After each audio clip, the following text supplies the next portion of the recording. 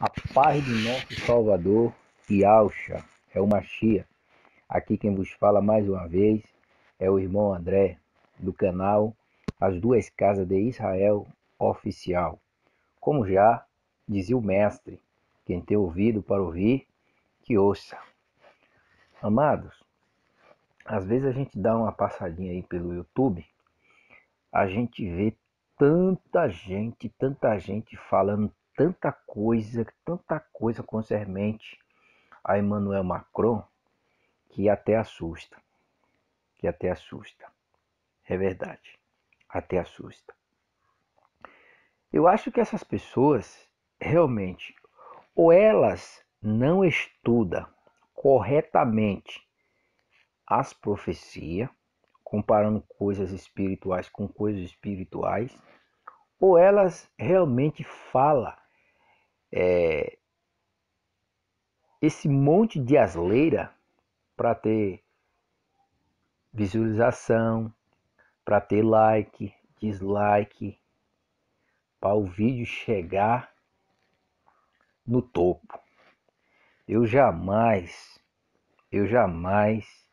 vou estar falando coisas que não tem sentido nenhum para um vídeo meu alcançar milhões ou o canal chegar em um patamar. Eu trabalho, o Eterno me deu fôlego de vida e força para trabalhar.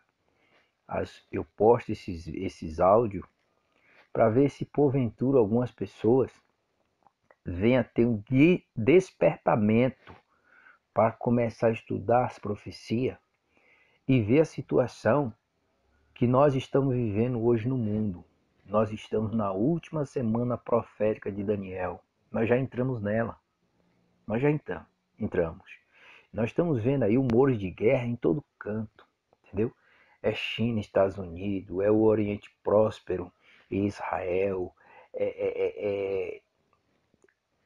Brasil e Venezuela, Brasil e França, só humor de guerra.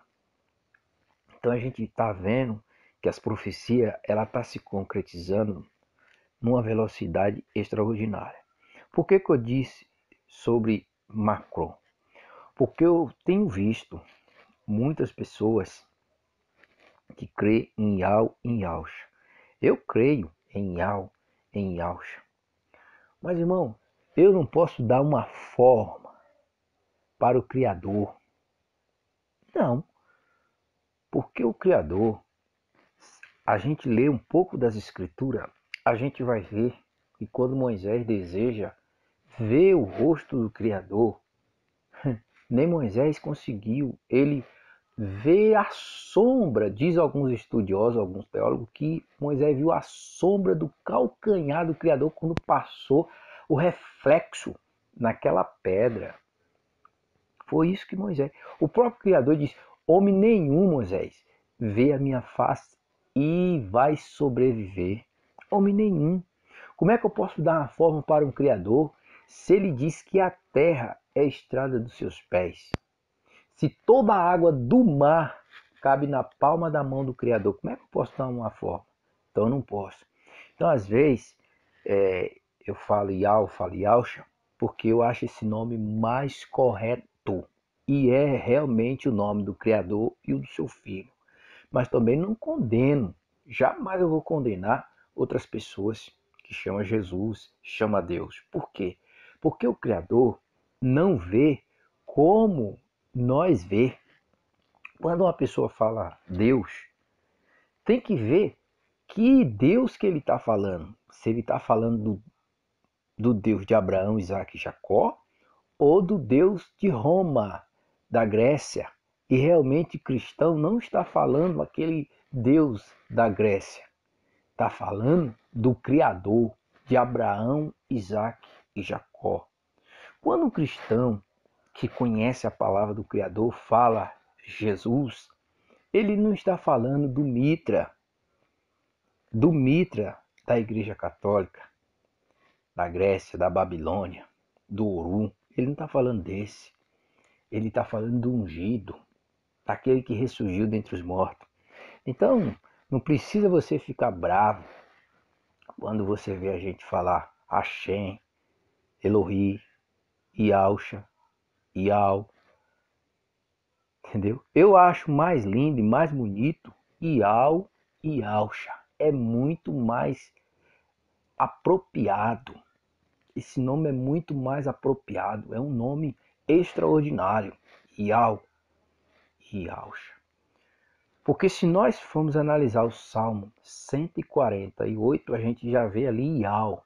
148 a gente já vê ali Yau. Que todos os animais vão louvar o teu nome, Yau. Através do choro da criança, Yau. Então não tem como a gente ir contra. Salmo 22, o Machia no Calvário, fala quem? Yau. Então, quando nós olhamos para Isaías, capítulo 8, versículo 7, do 7 ao 10, a gente encontra, eu não quero falar a respeito dos filhos do profeta Isaías, não quero falar a respeito dos filhos do profeta Isaías, e algumas pessoas interpretam aqui também que Isaías, com a profetisa aqui, está pensando que essa profetisa aqui era outra pessoa. Não, essa profetisa aqui é a mulher do profeta Isaías. Não é uma pessoa que ele conheceu lá, uma profetisa que ele foi lá e teve intimidade com ela e teve esse filho. Que não queria nem falar, entrar no detalhe aqui do filho de Isaías, mas ele traz 4 significados muito importantes, né? Rapidamente, despojoso, agilmente e pilhagem. Isso é muito importante. Não é o assunto aqui. O assunto aqui é concernente às águas brandas e às águas impetuosas. O assunto aqui é o rei da Síria e o Emanuel, o Emanuel. Esse é o assunto. Porque se a gente vê que a profecia está falando que o povo iria rejeitar as águas que fluem mansamente, né? Que essas águas de Siloé que flui mansamente. É Yahusha. É Yahusha. Quem é essas águas impetuosas? O rei da Síria. É o rei da Síria. Só que as profecias, às vezes, ela tem duplo,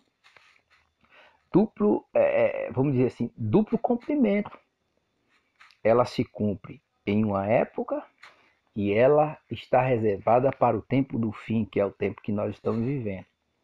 Muitas delas já se cumpriu no passado, sim, muitas se cumpriram no passado. Realmente o rei da Síria invadiu, né? Ajudar. Só que nós conseguimos entender que não está falando somente para aqueles dias, mas também para os nossos dias. Por quê? Porque esse Emanuel que o profeta está falando aqui, concernente, que porque o povo rejeitou as águas de Siloé, que significa que corre blandamente e vai se alegrar com o rei da Síria, com Remassim, e o Criador ia enviar o rei da Síria. Observem que o texto está deixando bem claro, que o rei da Síria, ele viria como um exército,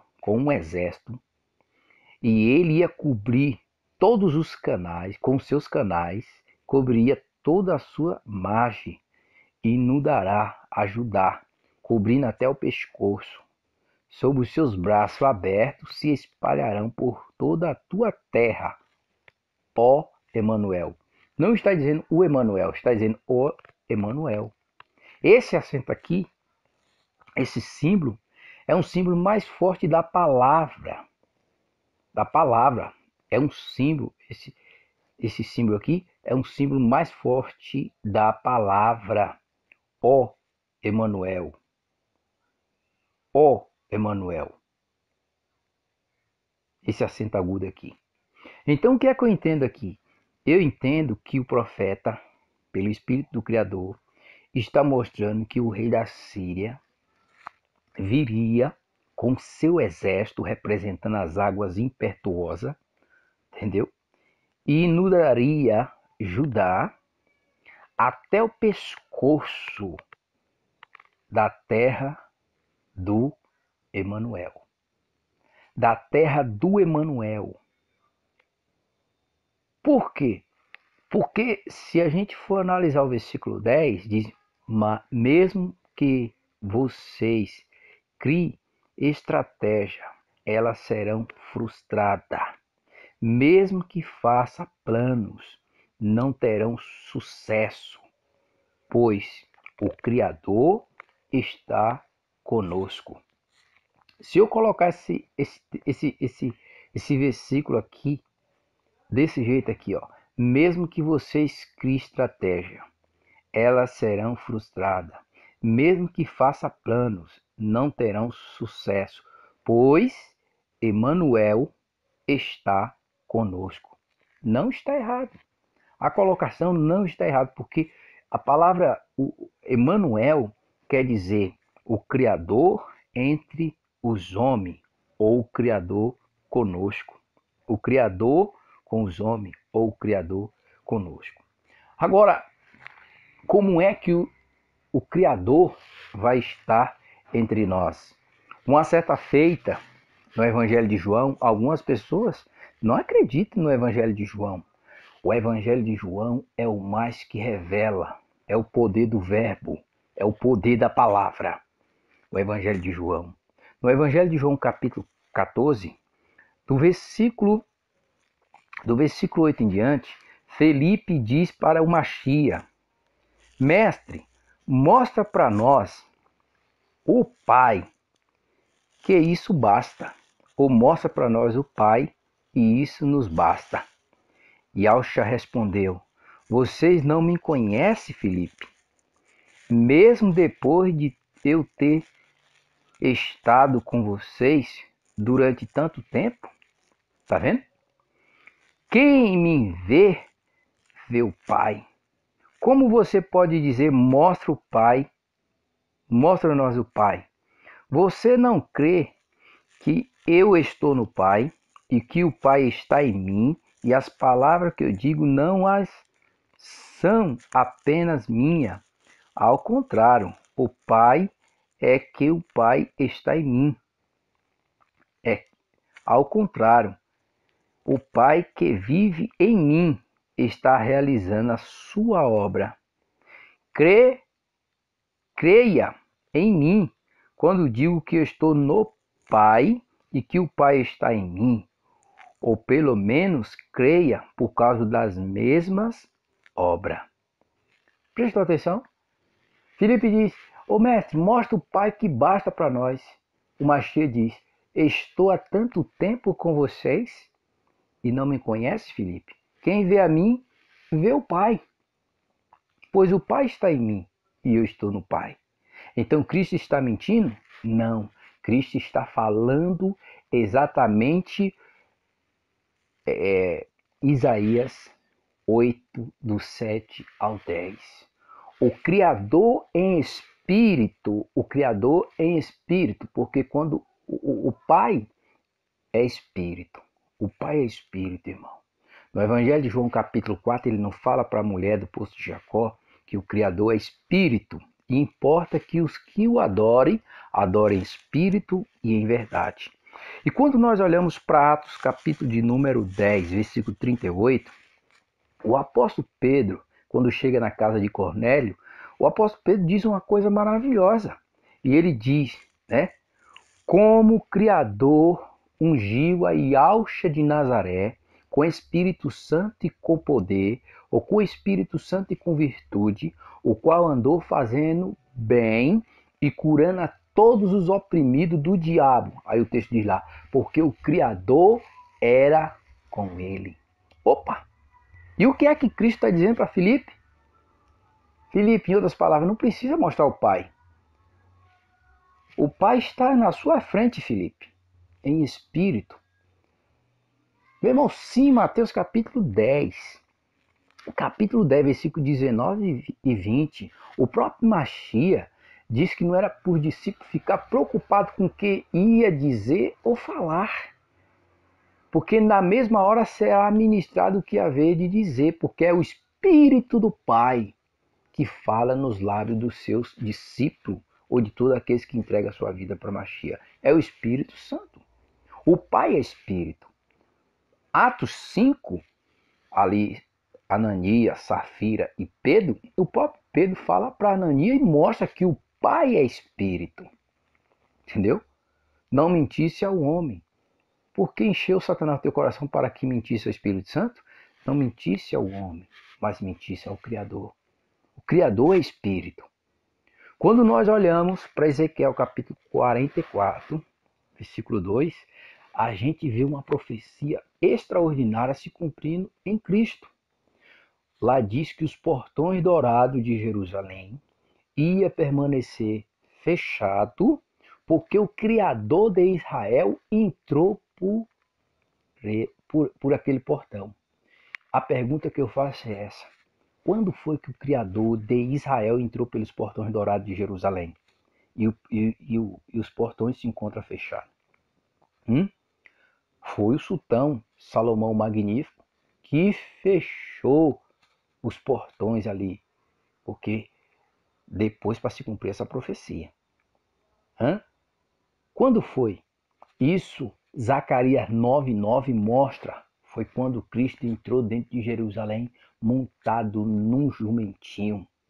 Quando o rei vinha a ele montado num jumentinho, isso ali mostra que o Pai em espírito sempre esteve com o Filho. Ele disse: eu não estou só, o Pai está sempre comigo. As obras que eu faço, não faço de mim mesmo, mas faço faço em nome daquele que me enviou. Entendeu? Quando foi que o Criador afastou-se de Cristo? Quando Cristo foi para o Calvário, levando o pecado, fazendo-se pecador por nós, porque a gente sabe que o sacerdote todo dia tinha que limpar o incenso, né? Limpar o fogo do altar e colocar a brasa e não deixar Levíticos 3:6, não deixar que o fogo do altar se apagasse. O fogo arderá continuamente e não se apagará. Esse era o papel que fazia os sacerdotes, o serviço do santuário. Mas uma vez por ano entrava no lugar santíssimo o sumo sacerdote, uma vez por ano, e ele não entrava sem sacrifício. Ele oferecia sacrifício por ele e pelo povo. Quando o povo tinha o pecado expiado, ia para onde? Para a festa da cabana ou dos tabernáculos. Isso Cristo já se fez quando ele foi para o Calvário. Ele é o sacrifício perfeito. Todo ano se repetia as mesmas cerimônias, todo ano se repetia as mesmas coisas. Cristo se deu uma vez só. Cristo se deu uma vez só. O sangue de Cristo é muito mais importante que sangue de touro, de vaca, de animais. O sacrifício que ele fez foi um sacrifício perfeito para o Criador. Cristo fez um sacrifício. O autor aos Hebreus explica isso de forma maravilhosa. Cristo fez um sacrifício perfeito. Isso mostrava na antiga aliança que o caminho para o lugar santíssimo, ou o santo do santo, ainda não estava concluído. Está entendendo? Até que veio a aliança perfeita. Perfeita que Cristo fez. Então aquilo lá era uma sombra. Era uma sombra. Havia pessoa que fala assim: eu não acredito nisso. É só ele ler Isaías capítulo 1 todinho. Isaías capítulo 1 todinho. Vamos ver se o Criador se alegra dessas dia de lua nova, dia de sábado, dia disso, dia daquilo. Vê se o Criador se alegra disso, de animais, de sacrifício. Malaquias capítulo de número 1. Vê se o Criador que está atrás de sacrifício, de animais, dessas coisas.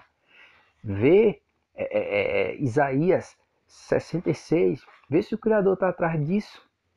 O Criador está atrás do sacrifício perfeito, que é o ser humano reconhecer, se voltar para o Criador como incenso, como sacrifício. De tais sacrifício ele se agrada, e de sacrifício de convenção de alma, como o Tiago disse, aquele que fizer converter do erro do seu caminho salvará da morte uma alma, e multidões dos seus pecados serão perdoados. Por que multidões dos seus pecados serão perdoados? Assim fazia os filhos de Israel antigamente, quando trazia oferta perfeita em vasos limpos para o Criador. Não oferta, não sacrifício de animais coxos, cego, doente. Não. Então Cristo, quando foi para o Calvário, que ele se fez pecador por nós, que ele clama, Iau meu Iau, meu Iau, por que me desamparaste? Porque naquele momento ele se tornou pecado, ele se tornou pecador por nós, por toda essa humanidade. Então o Criador afastou-se do Filho. O Criador é muito santo, afastou-se do Filho. Está entendendo? Afastou-se do Filho, porque o Filho fez-se pecador por nós. Foi o único momento que o Criador afastou-se do Filho. Foi no momento que ele foi para o Calvário pelos nossos pecados. Então, quando aqui está falando claramente, Pedro dizendo aqui em Atos 10, 38, eu já até falei, como o Criador ungiu a Yahshua de Nazaré com o Espírito Santo e com virtude, quando andou fazendo bem e curando a todos os oprimidos do diabo. Então, em Malaquia, em Isaías capítulo 8, ali não está falando de Emmanuel Macron, que é o anticristo, não. Ali o povo estão blasfemando, dizendo que aquele Emmanuel de Isaías 8 é Macron, que é o anticristo. Está blasfemando, porque Isaías 8, do 7 ao 10, ali está falando do Emanuel, quer dizer, o Criador entre os homens. Através de quem? Do Machia. Paulo não disse isso quando escreve para os irmãos de Corinto, no capítulo 15, que o Criador estava no Filho, reconciliando consigo mesmo, com ele mesmo. Quem? O mundo. Isso é, o Pai estava no Filho, reconciliando consigo mesmo o mundo. O que é que Paulo fala para os irmãos de Colossenses capítulo 2, versículo 9.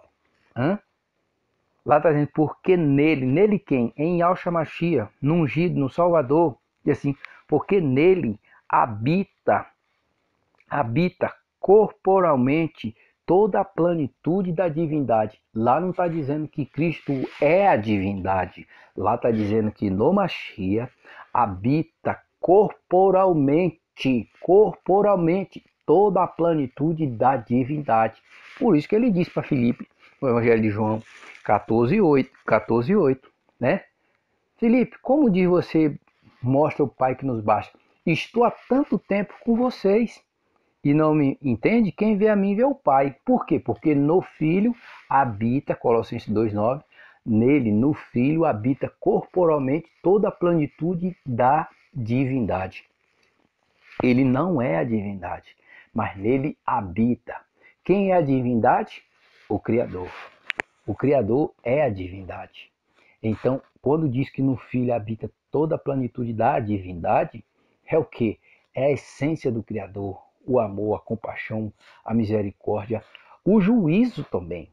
O juízo, porque Paulo, quando escreve para os irmãos, para o Timóteo, no capítulo 4, não sei se foi no capítulo, acho que é 2 Timóteo capítulo 4, ele diz que Cristo, Yahshua Mashiach, há de julgar os vivos e os mortos na sua vinda e no seu reino. Então isso mostra que o Pai está fazendo tudo por meio do Filho. O Pai está fazendo tudo por meio do Filho. Então não é pecado algumas pessoas dizer assim, Cristo é Deus, Cristo é o Criador. Não é pecado, a gente não tem que levar isso em conta, irmão. Por quê? Porque mostra claramente que o Pai está no Filho. O Pai está no Filho, reconciliando consigo mesmo o mundo. Agora, eu também não posso ficar debatendo com fulano, beltrano e dizendo, não, que há uma separação entre eles. Não tem uma separação entre eles. Não tem. E só tem dois, não tem três. Por quê? Porque o próprio Espírito Santo é o Criador. É isso que o texto mostra. O texto revela isso. Todas as vezes que falar do Espírito Santo, a gente ali está falando do Criador. O Espírito do Pai é o mesmo Pai. O Espírito do Pai é o mesmo Pai. O Espírito do Machia, o Espírito Santo, é a mesma pessoa. Entendeu? Não tem três deuses. Só existe um Criador e Yahshua Machia é o mediador entre a criatura e o Criador. É Ele que nos leva ao Criador. É Ele que nos leva ao Criador. Como que? Como sacrifício, como reis e sacerdote. É isso. João não teve essa revelação? Porque foi morto e com teu sangue compraste. Pedro não diz isso? Não foi com ouro, nem com prata, nem com coisa perecível que fosse resgatado da vossa vã maneira de viver, mas foi pelo precioso sangue do Machia. Entendeu? Então João diz, João 5 também fala isso. Porque foi morto e com teu sangue compraste para o Criador homem de todo povo, tribo, língua e nação. E para o Criador fizeste o quê? Um reino de sacerdote. Isso era para todo Israel ser esse reino de sacerdote, como está lá em Êxodo capítulo 19. Então é aqui que a gente vê, irmão, o tamanho da revelação. Algumas pessoas não estão nem preocupadas para isso. Aí olha para a França de Emmanuel Macron. Então, Macron faz parte ali do eixo profético? Faz. A França, todos os países hoje faz parte do eixo profético. Todos. Por quê? Porque o dragão vai estar configurado nas nações. O dragão vai estar configurado nas nações. O dragão vai estar investindo em tudo, vai estar patrocinando tudo de mal, tudo de maligno, tudo de ruim neste mundo. É o dragão que vai patrocinar. É o dragão que vai agir. Entendeu? Esse jogo que a gente está vendo aí é o dragão. É o dragão que está agindo. Entendeu?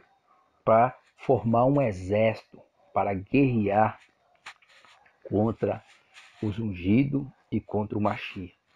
Então, é assim que eu vejo dentro da profecia. O Pai estava no Filho, reconciliando consigo mesmo o mundo. Isso mostra também que o Pai pegou para o Filho e deu toda a autoridade. Mateus capítulo 28, versículo 18. 18. O Machia, depois que ressuscita dentre os mortos, ele diz, é-me dado todo o poder no céu e na terra.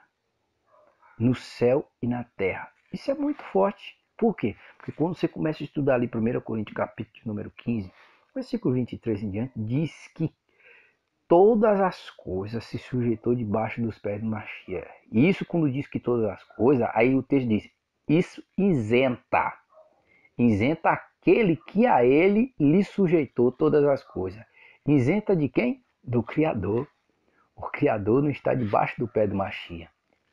Aí diz que quando o Filho venceu o império da morte, e a morte foi tragada pela vitória, então o mesmo Filho vai se submeter àquele que a ele lhe deu toda essa autoridade. A quem? Ao Pai.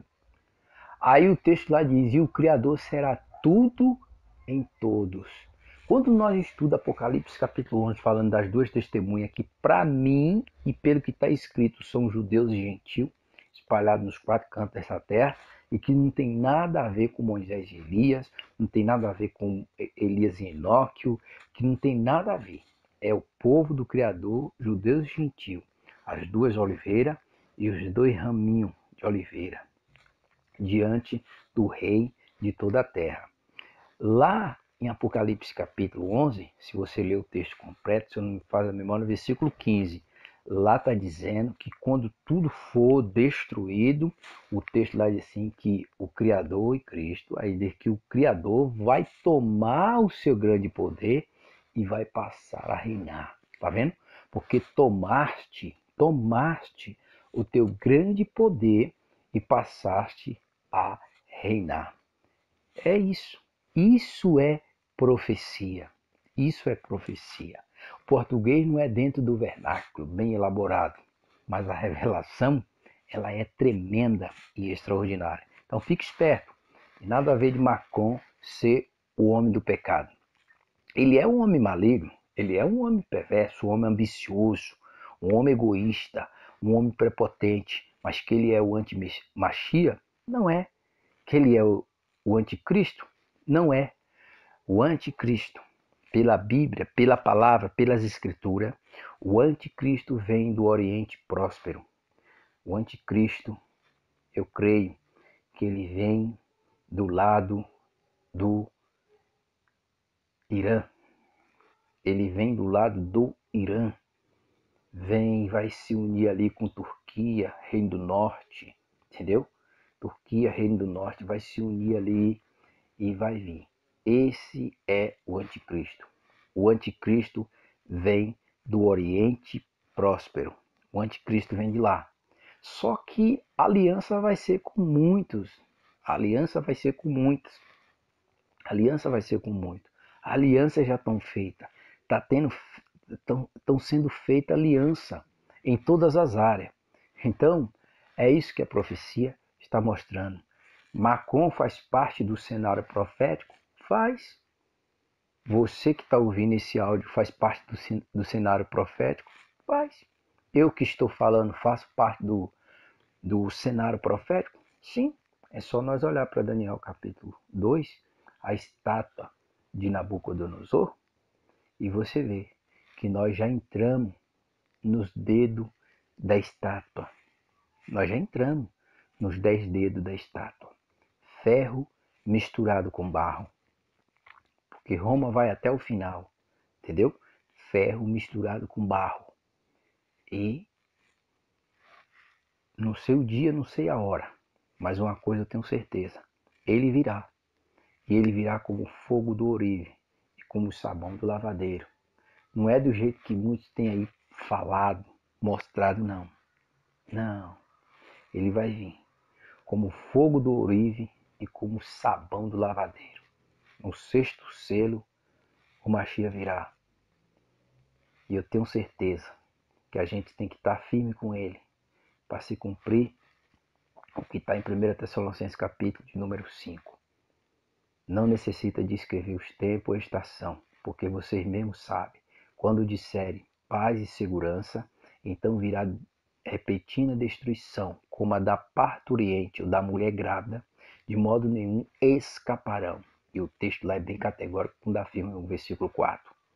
Mas vós, irmão, não esteja em treva, ou fora do Machia, ou longe do Machia, ou morno, ou apagado, mas vocês não estejam em treva, para que aquele dia não surpreenda como ladrão. Entendeu por que diz em Mateus capítulo 4, 24, que Cristo vai vir como ladrão? Pedro entendeu isso no capítulo 3. E ele deixa bem claro. O rei vai vir de noite, onde os elementos ardentes se fundirão, onde a terra passarão com estrondo, e vai vir como ladrão. Mas para nós, segundo a sua promessa, aguardamos um novo céu e nova terra, aonde habita a justiça. Malaquias, no capítulo 4, também, ele teve uma visão mais ampla da vinda do Cordeiro. E ele disse claramente, entendeu? Eis que aquele dia virá. Eis que aquele dia virá, de sorte que não deixará nem raiz, nem ramo. Nem raiz, nem ramo. Mas lá diz, mas para vós que teme o meu nome, nascerá o sol da justiça.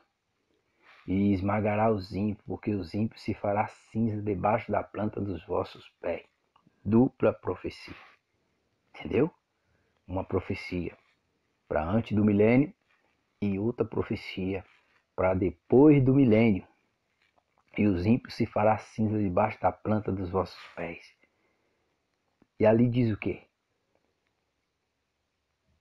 Não deixará nem raiz, nem ramo. Imagina, vindo como fogo no sexto selo, destruindo tudo, irmão. destruindo tudo. Ai, coisa linda demais. Quando eu falo dessas coisas eu fico até feliz. Isso eu fico feliz. Com o Eterno, tinha muita coisa aqui para falar, mas vou deixar para uma outra oportunidade, se assim o Eterno me permitir. Mas vamos ficar firme com Ele. Ficar firme com Mashiach, porque Ele é o único mediador entre a criatura e o Criador. Não habita em templo feito por mão de homem. Nem é servido como precisa de alguma coisa, porque Ele fez todo, de um só homem, fez toda a raça humana. Tem gente aí que fica dizendo que a serpente transou com Eva.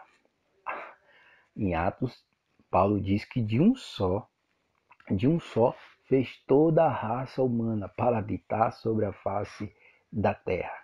O Evangelho de João, eu vou finalizar. O Evangelho de João não é herético. Eva não transou com a serpente e nem Caim era filho da serpente. Mais uma vez, o Evangelho de João não é herético, é o evangelho que mais revela, é o poder do verbo.